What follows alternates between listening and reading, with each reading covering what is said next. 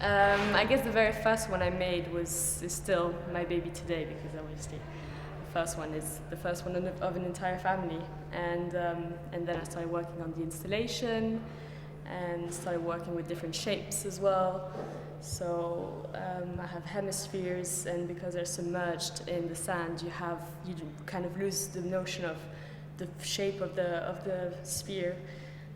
So I'm telling you they're hemispheres, but if you look at the installation, somehow because they're sunk in the sand. You've got the peaking shoulder. Which one is that? It's like a peaking knee. So because they look like body parts, strange body parts. I'm very interested in the uncanny, and they really are creations that are in the limbo between objects and creatures, and that's really the sense I want to build on, and that ambiguity I've been working on.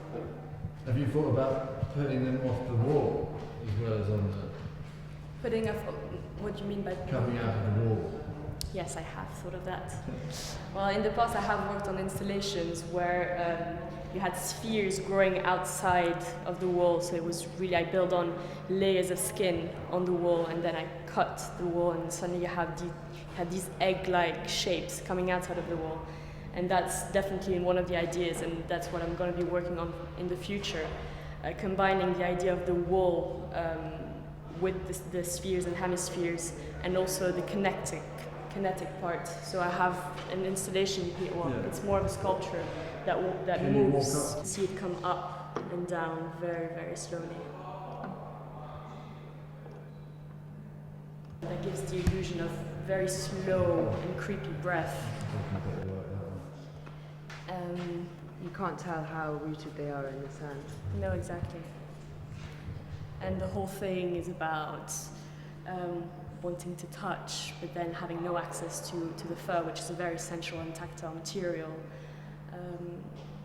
So just being able to touch with the eyes rather than with your hands.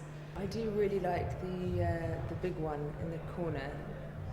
I don't know why. I think it just has, and I get more of a sense because of the scale of it, of the sense of the hairiness, and then this kind of glassy film that is like an eye on top. It looks more like a creature, and I like the creature aspect of it, and also the... It looks animal, human. What is it? Alive, dead. It's just, it's fur.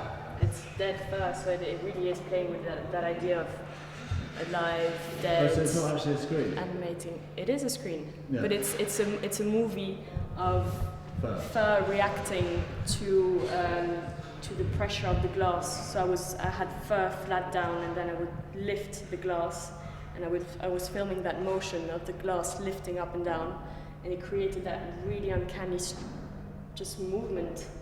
Suddenly the fur looked like coral, going up and down, really looking alive. It's all that idea that I've been working on, and also you can see in the ink drawings how the ink reacts to the thing and becomes furry. Yeah.